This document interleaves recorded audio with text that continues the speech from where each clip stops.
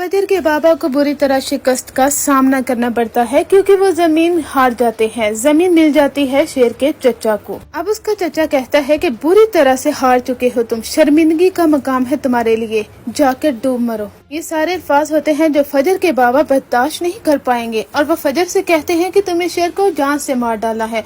फजर कहती है कि ठीक है बाबा, आपका जो हुक्म है वो मानने के लिए मैं तैयार हूँ। फजर ये सब कुछ इसलिए कहती है क्योंकि वो जानती है अगर आज उसने इनकार कर दिया तो उसके बाबा उस पर सख्ती लगा देंगे और फिर क्या होगा, किसी के जरिए वो शेर को मरवा सकते हैं। फजर ऐसा होने नहीं दे सकती, किसी भी कीमत पर वो शेर को मरने नहीं दे सकती क्योंकि वो एक अच्छा शख्स है। फजर जानती है कि वो किस कदर औरतों के हकूक के लिए खड़ा होने वाला, दूसरों की इज्जत करने वाला शख्स बेगुनाह मारा जाए किसी की सालों पुरानी दुश्मनी के नतीजे में ऐसा में होने नहीं दे सकती। फजर शेर को सब कुछ बता देती है। वो कहती है कि तुम्हारे चचा ने बहुत बड़ी रकम दी है इन डॉक्टरों को, मुझे सब कुछ मालूम हो चुका है। वो जो इंजेक्शन तुम्हें लगाया जा रहा था सिर्फ और सिर्फ तुम्हें ट्रिगर करने के लिए, तुम्हें गुस्सा दिलाने के लिए। ये सब लोग तुम्हारी जान के साथ खेल रहे हैं ताकि तुम ठीक ना हो सको। तुम्हारे चचा तुम्हारी जायदाद पर कब्जा करना चाहते हैं।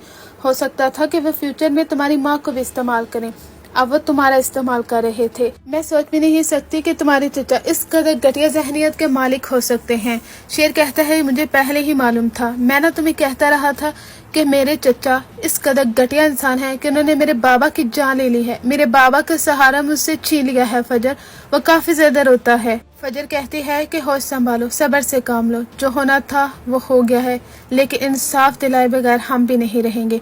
तुम्हारे बाबा का इंसाफ जरूर मिलेगा और मैं तुम्हारा भरपूर साथ दूंगी। तुम्हारे चचा ने एक मासूम जान ली है, यानी एक बेगुनाह शख्स को मार डाला है उसने, उसकी भी सजा का वक्त आएगा।